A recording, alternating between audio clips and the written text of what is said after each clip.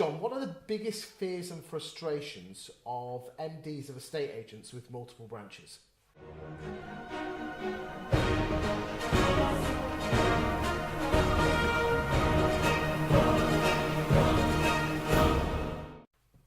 Talk to me. Okay.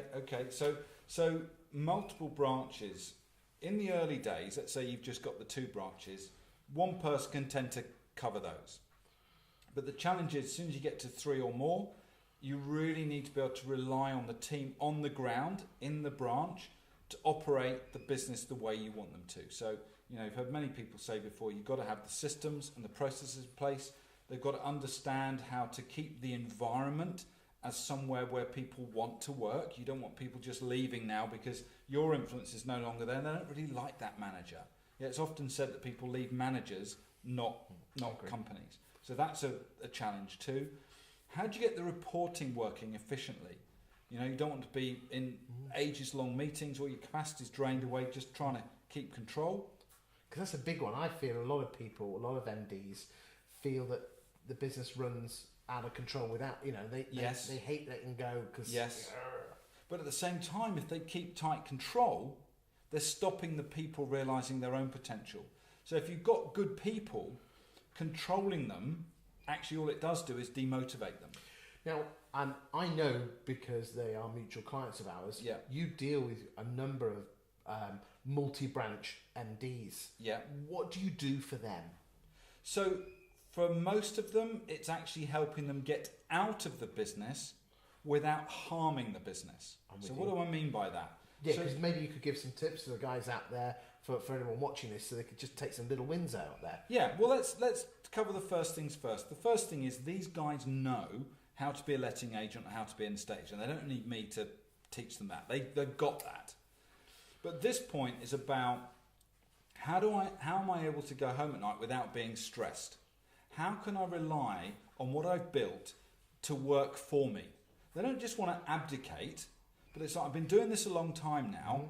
What does the next level look like for me? Because it can't mean working harder at this point in my life or in this stage in my business, right?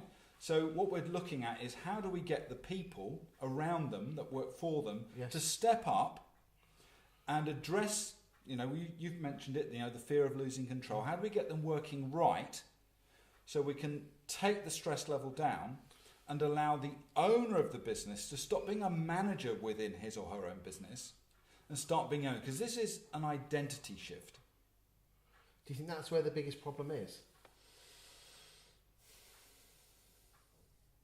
Yeah, it might. Well, it's actually coming to terms with what it means to be an owner instead of being a manager. Is that a mindset thing? It's an identity thing. What does that mean? Right, so if it's how I see myself. So if at an unconscious level I see myself as, let's say, the best valuer, if I'm on the estate side, or the best sales progressor, or the best neg, or I'm the best letting agent, or I'm the best property manager, I will struggle to let go of that part of my own business because no one does it as good as me. Was it Carly Simon, No One Does It Better? Yeah. And I've got to stop that song playing in my head. Great song. Great song. And the number one way is, so how do I systemize what I've done so that other people can follow in my footsteps? Yes. So that's the first step. Once I've done that, then how's it working?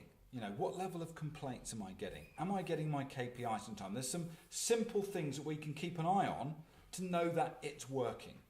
Are the guys clear how I want them to report back to me? And is the way I want it, is that reasonable? Is that fair? Yeah, so I'm sometimes clarifying that kind of thing. And then it's about, right, now, let go, Mr. Business Owner, please, let go and let the team show you how good they are. And some of the time, I'm having to go back and speak to one of those key players. Actually, the boss would like it done this way. Do you think you might be able to do, that kind of thing? Because everybody wants to do well. And it's sometimes it's not papering over the cracks. It's actually getting a better connection, because now the boss's role has changed. Guess what your role, Mr.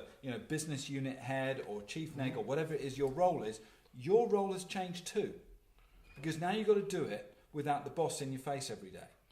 So are you helping the MDs change their mindset and the way they work, and you can also help the heads of staff change their job to step up to the mark and encourage them. Yeah. And you do that for quite a few agents around the country, don't you? Yeah, I'm going to actually to a almost what we call a mastermind dinner tonight that we've set up for a multi-branch agency. And what we're working on is literally executive behaviour. And what does that mean? That means the guys, we're going to be working with the heads of the branches and the teams in that business, and we're going to help them look at their own behaviour, but they're going to look together. And the point of looking together is we're going to get that team bonded better together, behaving better together, so they become better leaders and managers within that business. Sounds great. Yeah, it's going to be good.